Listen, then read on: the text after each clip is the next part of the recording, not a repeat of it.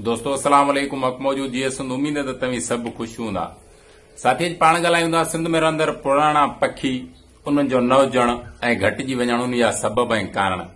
मिसाल चाचा सां मोहम्मद सिद्दीक सां वेठो सोलंगी सां, उन ॿुधाए पियो त चतू जंहिंखे असां तोतो बि चवंदा आहियूं, ख़ूबसूरत पखी रहियो सिंध जो, हाणे अणलभ आहे। उन घटिजी वञण जा सबब ऐं कारण कहिड़ा? सभ खां पहिरीं त सिंध में जेको बाग हो असां वारे पासे त उहो घटि आहे, हिते ज़रूर आहे पर उहो घटि आहे। असां वटि पखियुनि जे बचावनि जा खाता ज़रूर हूंदा पर उहे नायाब पखी न हूंदा।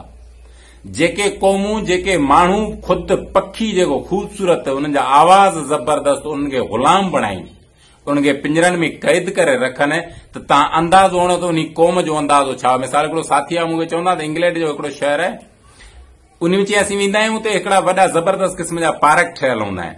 चई असीं पार्क में वेहंदा आहियूं त नोरीअड़ो, कांव, अहिड़ा ॿ टे पखी या जानवर असां वटि घोलो एॾा ख़तरनाक हूंदा आहिनि, माण्हू खां डपु कंदा आहिनि, माण्हू बि भॼी वेंदा।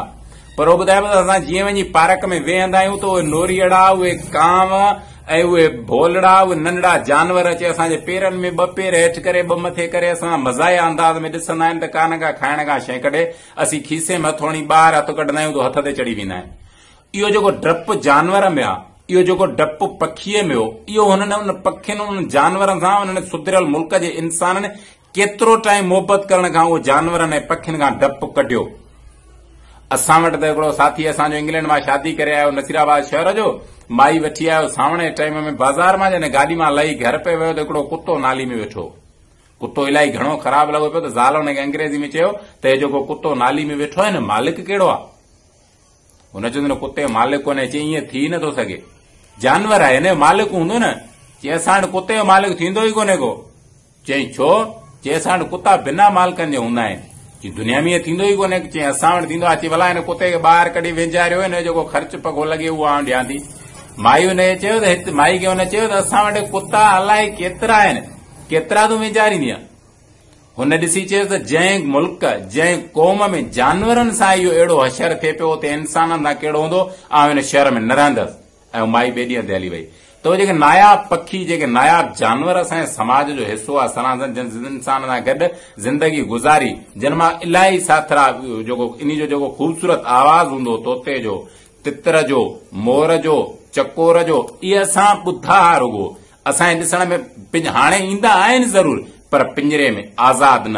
हुननि जे ग़ुलामीअ जो वॾे में वॾो कारण हूंदो आहे ख़ूबसूरत ॿोली, ख़ूबसूरत हलण, ख़ूबसूरत घुमण ऐं ख़ूबसूरती हुननि जी पंहिंजी। ईअं ई जीअं जानवर ख़ूबसूरती ॿोली, ख़ूबसूरत हलण, ख़ूबसूरत घुमण जे करे ग़ुलाम आहिनि, पिंजरनि में आहिनि, त ईअं ई उहे क़ौमूं ग़ुलाम हूंदियूं आहिनि, जंहिंजी ख़ूबसूरत धरती हूंदी आहे, ख़ूबसूरत ॿोली हूंदी आहे, ख़ूबसूरत कल्चर हूंदो आहे ऐं ख़ूबसूरत उन्हनि वटि मवाद हूंदो आहे। उहे तव्हां धरतीअ जे खोड़ साथरनि पासनि खे ॾिसो, उहे क़ौमूं ग़ुलाम हूंदियूं, उहे इंसान ग़ुलाम हूंदा, हुनजी ॿोली ग़ुलाम हूंदी, हुनजो कल्चर ग़ुलाम हूंदो, हुननि जी धरती ग़ुलाम हूंदी। ॾेख में तव्हांखे कीअं बि अचे, ईअं सिंधी माण्हुनि जी मोहबत कंदड़ ॿोली, धरती ज़रखेज़ हुई, दरिया हो, समुंड हो, ग्रेनेट पत्थर हो, कोयलो हो, सोन हो, गैस हो, तेल हो, हीअ हज़ारनि नेमतुनि सां सवारियल हीअ जेका सिंध धरती, उन जे ग़ुलाम हुअण, उन धरतीअ ते कब्ज़े करण जो वॾे में वॾो सबबु हो ई इहो त नेमतूं जेके हिन में घणियूं, जीअं पखी ख़ूबसूरत ॿोलियुनि, ख़ूबसूरत हलण, ख़ूबसूरत ॾिसण जे करे ग़ुलाम आहिनि, हीअ धरती ख़ूबसूरत नायाब मिल्कियतुनि, खज़ाननि करे ग़ुलाम आहे, इंसान ग़ुलाम आहिनि। हिन धरती जा भील, मेंघवाड़, कूली, बागड़ी, जेके हक़ीक़ी दरावड़ा, जेके हक़ीक़ी हिन धरती जा माण्हू आहे, उन्हनि खे हिन कब्रिस्ताननि में लाश दफ़न करण ॾिना था वञनि, उन्हनि खां नफ़रतूं कई थियूं वञनि, उन तां वेहण लाइ माण्हू पसंदि न आहिनि, जेके हक़ीक़ी दरावड़ आहिनि धरती जा। त जेसीं ताईं पाण पखियुनि खे आज़ाद नथा करियूं, जेसीं ताईं पखियुनि जे बचाव, हुननि जे रहायश, उन्हनि खे जीअण जो हक़ नथा ॾियूं, तेसीं ताईं असांजे इंसाननि, असांजी ॿोली, असांजी क़ौम, असांजी धरती खे ख़ुदि पाण खे आज़ाद, जेसीं ताईं जानवरनि ते पाण रहम नथा करियूं त इंसाननि ते किथां कंदासूं? सभ खां पहिरीं शर्त इहो हूंदो त जेके ख़ूबसूरत असां वटि नया पखी आहे, उन्हनि जा जेके उन्हनि खे बचाव जा इदारा आहिनि, असां वटि उन्हनि लाइ बजेटूं रखियूं वेंदियूं, उहे गुम आहिनि, उहे किथे आहिनि, उन लाइ कमु छो नथा कनि? जेकॾहिं नथा कनि त उन्हनि खां पुछाणो थियो वञे पखियुनि ते पाण रहम करियूं, जानवरनि ते पाण रहम करियूं, उन्हनि जी आवाज़नि मां मज़ो वठूं, लुत्फ़ वठूं, गुलाम न करियूं, मोहबत सां गुलाम करियूं, पिंजरनि में क़ैद न करियूं।